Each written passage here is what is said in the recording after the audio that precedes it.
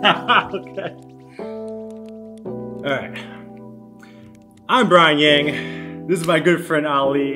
And today we're going to talk about the dangers of being a mama's boy and how that affects masculinity and relationships later on in life. So let's take a look at the mom, the mothers of mama's boys. What are their behaviors? And typically what you'll see in these mothers, they'll be very distrusting. They will be emasculating towards their son and or very emasculating towards their husbands or lovers. And then the son will witness that and observe that. We'll talk more about emasculation later. The mother has a lot of distrust, as I mentioned, but the biggest thing is that they really just distrust men in general, which comes down to like a fear of abandonment, because of trauma and whatnot. There's a reason why that they are the way they are, and this distrust also bleeds into the relationship with their son. And the son can feel this distrust. It doesn't always look like distrust. It's more like the mom just doesn't give the son a chance to kind of make decisions for themselves and mistakes for themselves, which is how they learn. And they basically think that mama always knows best. It's that kind of thing. The mom is always kind of pushing onto the son that she always knows best, and the son needs to confide in her in order to make his decisions for himself in life, even in adulthood, especially, and it continues through adulthood. And then the mom also doesn't respect boundaries as well. So, because their needs come from such a deep wound of abandonment and fear, they push through people's boundaries, especially the son. And because of that, the son also, which we'll talk more about the son's behaviors later, but the son doesn't have any boundaries. The kids don't know better at that age. So the mom just kind of plows through any kind of boundaries if there is any. Those are big symptoms of, these moms. What do you want to add to that, Ali? Yeah, so talking about what you just said about why the mom wants to control this is the mother emotionally espouses everything on the son. So the son is everything to the mother. And this comes with the mother not having healthy romantic relationships in life, or even a good relationship with her father figure, as it may be. So the payoff ends up being that the mother gets a therapist, as it may be. Mother gets somebody who she could emotionally depend on, who's going to put their needs in front of hers, her needs in front of theirs. And so the mother lives in a lot of shadow. She has a lot of trauma. She has a lot of unresolved issues that she doesn't get to address because the son always becomes a yes man. And whatever the views that the mother has towards masculinity, towards the world and so forth, the son kind of ends up being a sounding board. So this keeps the mother from doing the internal work that she needs to do to actually build healthy relationships outside of this enmeshed relationship, which we'll get into. So it's a place of extreme comfort for the mother, because she thinks that this is awesome, that I don't need to actually address any thorns in my side for the time being, and whatnot. So that actually requires the son to behave in a very specific manner, which, Brian, you should talk about. Yeah, so, digging into this further is, so the son's behavior, which is, I would be an example of that. And maybe you, if you're watching this, you essentially feel so responsible for your mom's feelings. And this can kind of bleed into other relationships in your life where you just feel responsible for a lot of people's feelings, and you're so used to putting other people's feelings first that your own needs and emotional feelings kind of get repressed, and then it creates a lot of internal resentment in yourself, and you don't really understand why this cycle continues. So that's a big one. You're always kind of there to validate your mom's feelings. You're, as Ali said, you're just that sounding board, and you've been conditioned to be that your entire life. And you don't learn to harness your own, to validate your own feelings and to give respect and power to your own feelings and needs and whatnot. And then you also lack boundaries, as we mentioned earlier. You lack boundaries because you're so used to keeping yourself so open to someone else's needs that, again, you don't assert your own needs, you don't set boundaries of what you like or don't like, and it may even get so bad to the point where you don't even know what you want or don't want out of life or in relationships, or what actually bothers you or doesn't bother you because you spend so much time catering towards someone else's needs emotionally. You're too busy trying to live the life that she wants you to live. Exactly. Yeah. And then you also don't go through a rebellious sort of identity building phase. I think you have a lot to add to that. Yeah, so the thing with the son is that, I'll talk about myself, is coming from a place of having this identity that you're supposed to be there for your mother no matter what. So what does that look like? That would basically mean that I would behave in a way to uphold my goals golden child image, right? So there comes a time when a child rebels. Normally that happens at 16 or 17, where you say, okay, I know better, I know what my needs are, and so forth and what have you. There's this schism between parent and child, and they become separate individuals. So with the son's behavior, that never gets there, right? So you don't feel what it means to be a separate entity from your mother. Your goal ends up being to save her, to pacify her. So this way, because you're concerned that she's going to break down any second if you leave. That's what you really think, right? That's what I used to think. So if I leave, my mom is going to be, you know, just a rotting flower as it may be. Absolutely. Right? Yeah. And then, but at the same time, I get some payoff out of that, saying that, oh, I am the chosen one. I am the savior. I'm here to save my mother. And I am special. There is something about me. And trying to keep that up, you know, comes from a lot of, you know, one feels really suppressed, and you're always coming from, you're always operating from the fear of engulfment. So being around your mother too long could feel draining as well too. So there are payoffs at the same time, you know, there are these negatives as well too. And that comes to, you know, that brings us to our next point. Like, what does this relationship look like? This relationship of codependency where two people are enmeshed in a way, and how does this keep on going on, Brian? Yeah, so this kind of creates what we call attachment styles. So like there's multiple attachment styles, and everyone gets their attachment style developed from a baby, and it keeps developing and reinforcing over the years. And so as far as what a mother and son relationship look like when they're enmeshed, and it's kind of like you got the mama's boy, and then you have the overbearing mom that's have abandonment issues. It's typically like an avoidant son who, because he's kind of carried on this burden his whole life, he sees relationships as draining, as Ali said, right? It's a drain. It's like, oh, I don't want to jump into that. So what does that look like? Like one night stands, or just fleeting relationships well, as yeah, well? Absolutely. Or not so being like, fully committed? Yeah, so like later on in life, you know, the son has a really hard time committing to long-term relationships, and it's a lot easier to maintain casual hookups and things like that. Or if he does find himself in a relationship, he's very quick to try to exit once it gets too close or gets too tough, or it reminds him too much of his relationship with his mom, right? Which is that level of intimacy. He starts to get closer to that. It's like, oh, fuck that, I'm out. Or he could recreate the same relationship that he has with his mother. Yeah. I mean, if the person if he falls in love with, the harder he falls in love with that person, the stickier it gets, then it's just going to be a recreation of that. Again, you know, the attachment style for the mother is avoidant. Yeah, and the anxious avoidant. Right? Oh, no, anxious. The mother's attachment style ends up being anxious. Right. So the mother here is like, don't leave me, and she always thinks that whatever, at any given point, the son's going to, whatever the son does, that's not in sync with what she believes the son should do. She starts thinking that, well, this is a sign that the son doesn't love me,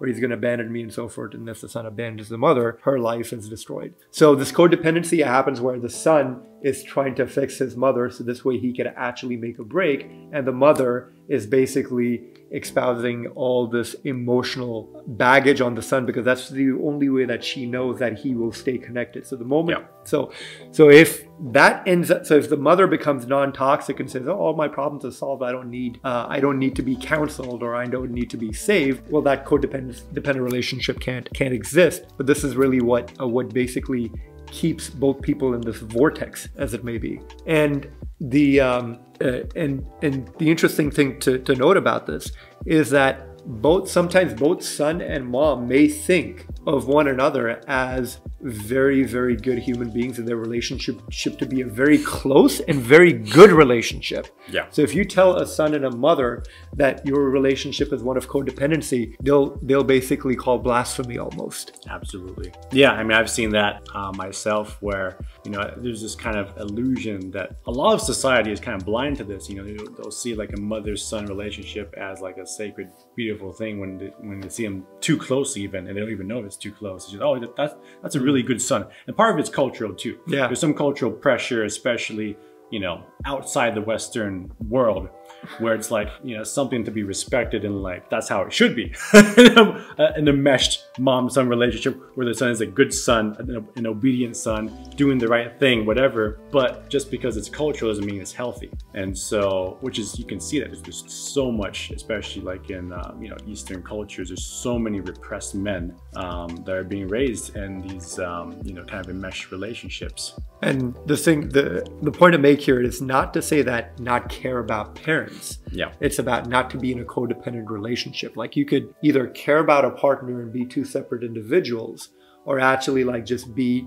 clinging onto one another to heal one another's emotional traumas. And that is very unhealthy. And that's the delineation that we need to make about is like, what are two healthy individuals look like in a relationship? But before we get into that, being in this way of, in this kind of agency, as it may be, has some very negative effects to a man's life. And Brian is going to expand on what that looks like. So if you're in an enmeshed relationship with your mother, it has some kind of side effects which are playing out, and you may not be able to make those connections. But that is, you know, that's paramount.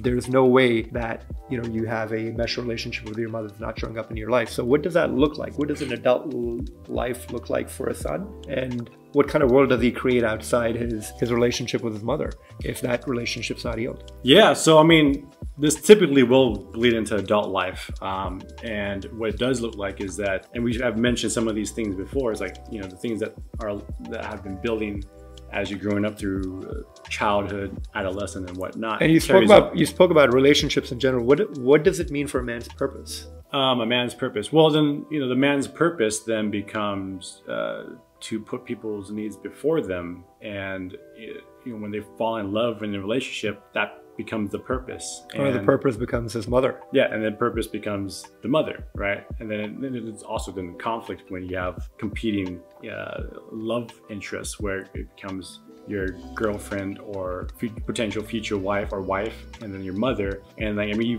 hear so many jokes about moms and you know, there's so many mother-in-law jokes out there that it's like, it's, you know, it's literally part of the culture. But I mean, it's funny, but you know, it's very unhealthy and very unfulfilling and unsatisfying to everybody involved. So you know, all those jokes, you will literally relive that in your own life if you don't heal this, and you'll become part of that joke. It's fascinating you bring this up, because there was a time that I couldn't envision my wife and my mom in the same room, right? It was just like how would this would be awkward. Yeah, you know? Absolutely, right? Because like the mom will literally get jealous of your lover, and then like criticize, find everything that's wrong with your whoever that you're choosing to, you know, to love, and then ultimately where that comes from is obviously abandonment. Like she's feeling threatened, and like her one source of is the illusion of unconditional love is being threatened, and she might lose that, and she might be all alone forever. Is what's going through her head, because she can't trust men, right? So you know, but at the same time, it's a place of compassion. Like you gotta, you know, there's a place where it comes from, but at the same time, it's like it's not your responsibility. Like she has to feel that, and feeling that gives her a chance to eventually heal, potentially, you know? So what do we do about this, right? How do we break the mold? So we've talked about, you know, what the son's behavior is, what the mom's behavior is, what the relationship looks like, and what negative effects does it have on both people, right? So if I'm an enmeshed child, or mama's boy as it may be, like, how do I like reclaim my life, right? What do I need to do in order to step out of the mold and be initiated as a man and break that cycle that I'm in? Well, I think it's getting to know yourself first. You know, I think through like things like meditation, I can really pay attention to your emotions, because it's probably a little bit challenging, honestly, like understanding your emotions and your needs. Like you have to get in touch with that first before you can even practice setting boundaries and being like, hey mom, I need this, or I don't like that, right? So you gotta really be honest with yourself through meditation, journaling, and just pay more attention to like, how do you feel about certain things? Not about how your mom feels or about whoever else feels about something. What do you feel about it? And you know, the more you practice it, the louder your emotions and the voice in your head gets about what you really want out of this life. And then once you have a clear idea, then you can tell people and your mom or whoever and start saying those boundaries like, you know, I don't like it when you do this, you know, or I don't prefer to do it that way. I don't want to do it that way, and set that boundary, you know, and if your mom or if anybody crosses that boundary, then there's the consequences, which is either you stop communication, or you distance yourself from that person, or you just, you know, you physically walk out of that situation. Like there's many ways to like take care of yourself in a situation where your boundaries are being crossed. And what you're talking about is letting your mother down, and it's okay. Yeah. You know, when you have to actually fend for yourself. Yeah. And not being scared of disappointing your mother and having those hard conversations. Real quick, you know, it's one thing we kind of forgot to mention is the emotion of guilt is very strong for mama's boys. Oh yeah, huge. Yeah, right? They come from a place that drives everything. Absolutely, yeah. Yeah. Talk about that. Like, how does one overcome the guilt of like saying that? You know, for me, it was, you know, the guilt part was like I told my mom, I need like 2 months off. Yeah. I need space to just work on myself. It was so difficult. Like I felt like I'm betraying my mother. Yeah. So like, how does one? Yeah, I mean, it's a hard illusion to break, right? You know, watching content like this or articles or whatnot helps kind of dispel the illusion. But if you don't get to this part, it's very challenging because you believe your guilt thoughts. Like, oh, I am being a bad son. Like, oh, I feel bad, right, so I shouldn't do this, right? You believe the guilt loop inside your head. So you gotta kind of like at least give yourself a chance, which obviously if you're watching this video, then you know you're giving yourself a chance to kind of stop that guilt loop of like, oh, I'm being a bad son, or oh, worry about her feelings. Like, okay, take some separation there and like stop that pattern. Dispel a delusion, right? Right now we're dispelling that illusion for you, is that you do not need to feed into feeling guilty when you're trying to take care of yourself. But know that when you're trying to take care of yourself, you're naturally going to feel guilty because you're so used to that, right? And it's okay to do something and feel guilty, but don't feed into the guilt impulse. I think is really important. And you're going to have to be fighting against that over and over until that, that neural pathway of guilt or whatever starts to get broken. And then the question also is that, you know, you brought up addressing the shame, right? That comes with this. And I think when you push up against that, one thing that comes up is that the image of the golden child, you have to let go of. And you have to come down there and be like, yo, I'm just a regular guy with flaws. I am not perfect. I am not the golden child. And I'm not the perfect son. I will never be the son that I've been trying to be. Yeah, I agree. You let go of that image that you have to be a certain way for somebody else. You know, you gotta be the way that feels right to you. At the end of the day, all of us, right? Yeah. You gotta love yourself, and loving yourself is just accepting yourself for how you are, not trying to push yourself to be something for somebody else, right? That's never gonna make yourself happy regardless of this dynamic, right? But this is very relevant to that. So Brian, what's the first step coming back? Like if somebody is just seeing this video and really connects with this, like, and somebody's like, where do I start? Like, what's the first step that they need to take right now? Like, what would be, you know, the most minor thing that they could do without making a huge change? Because this is obviously for some people maybe a little bit too much to do, right? So where do we start? Well, I think, start by really, whether you have to say it consciously in your head or not, but just asking yourself, how do I really feel about this? And don't skip that and go like, how does she feel, or how does he feel, or how does that other person feel about this, right? How do I feel about this? And not feel guilty about feeling that. Yeah, don't feel guilty about feeling that. Don't go into the guilt loop, oh, I feel guilty, so then I do this thing. Like, no, just ignore that for now. Set that aside. Know it's going to be there, but set that aside. Like, beyond the guilt loop, how do I feel about this? Do you actually want to do this thing? Do you want to spend time with your mom in this way? Do you want to do this activity with whichever person? Like, how do you really feel about that? And if the first instinct answer is like, oh, I don't really like it, but I really care about them, or but I don't want them to feel hurt, don't listen to that but part. That first impulse is like that you have to build that stronger and stronger. It's kind of like, gut instincts and whatnot. I think that's the key. Is like, what's that very first impulse, right? Don't listen to like the cluster madness of thoughts that come flooding after that impulse, right? Because typically what happens is like, you'll feel something and then you're like, well, no, but this is going to make that person feel this way, or this is going to cause this sort of conflict, and then then you can go into a whole spiral which doesn't screws it all up for you. Absolutely. That's a very, very good point. It's like being okay with what you're feeling. May be like, oh, I just feel disconnected from my mom. I just don't want to be around her right now. Yeah, and that's okay too. Yeah, and then also pay attention to all other kind of relationships that you have, whether it's friends, your lover now, or someone that could potentially be your lover. Like, you know, practice that with them as well. It might even be easier to practice with some of these outer relationships than your mom right away. So that could be one way to kind of ease your way into it. Some more things that you could practice would be start getting comfortable. Like once you start to identify that initial gut instinct about how you actually feel about, you know, whatever that's happening, don't be afraid.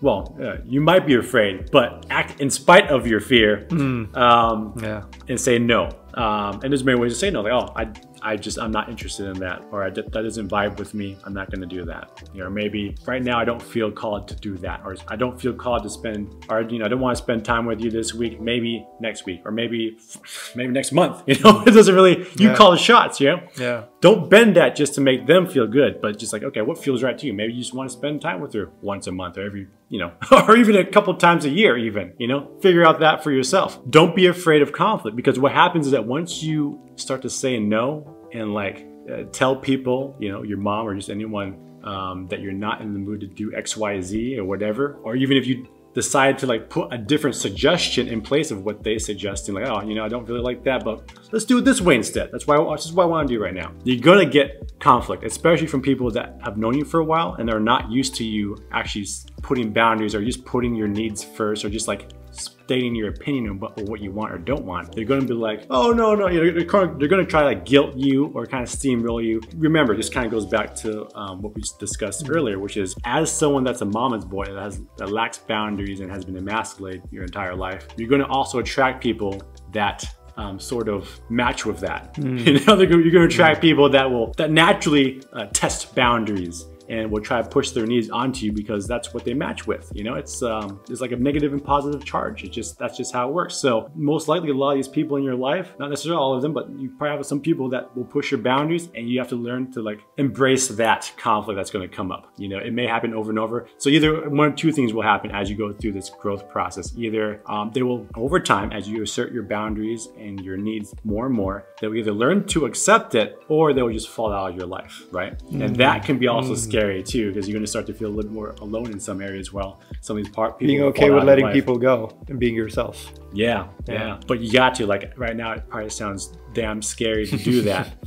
But holy crap, if you're able to get to the other side of that, it's so worth it, I can tell you. You know, I've had lots of people go in and out of my life as I've been growing, and I have a lot more distance with certain family members in my life, but you know, you feel a lot more free, you feel a lot more confident, and there isn't this kind of nagging, sort of low buzzing feeling of resentment that keeps just below the surface of your life day to day. It's, you know, it's greatly reduced. And I mean, I'm still on the journey of growth, so I'm still practicing this. It's definitely worth it. It's the path to more growth and fulfillment, and ultimately love for yourself. Well said.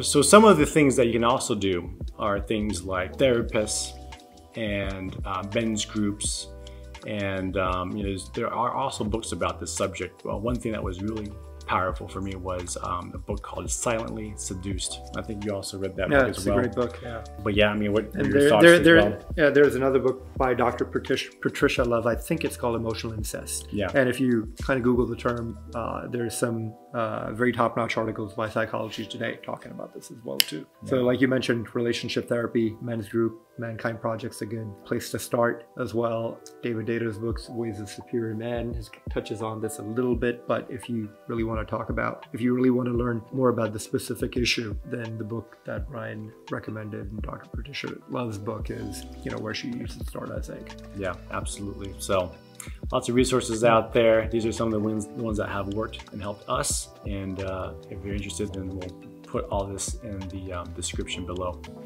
So yeah, this is my friend Ali. You can follow his channel or his Instagram or his socials. I'll put it in the description below. He is an awesome dude, and he's got a lot to say on you know, just men's issues and personal development in general. Mama's boy signing off. That's right.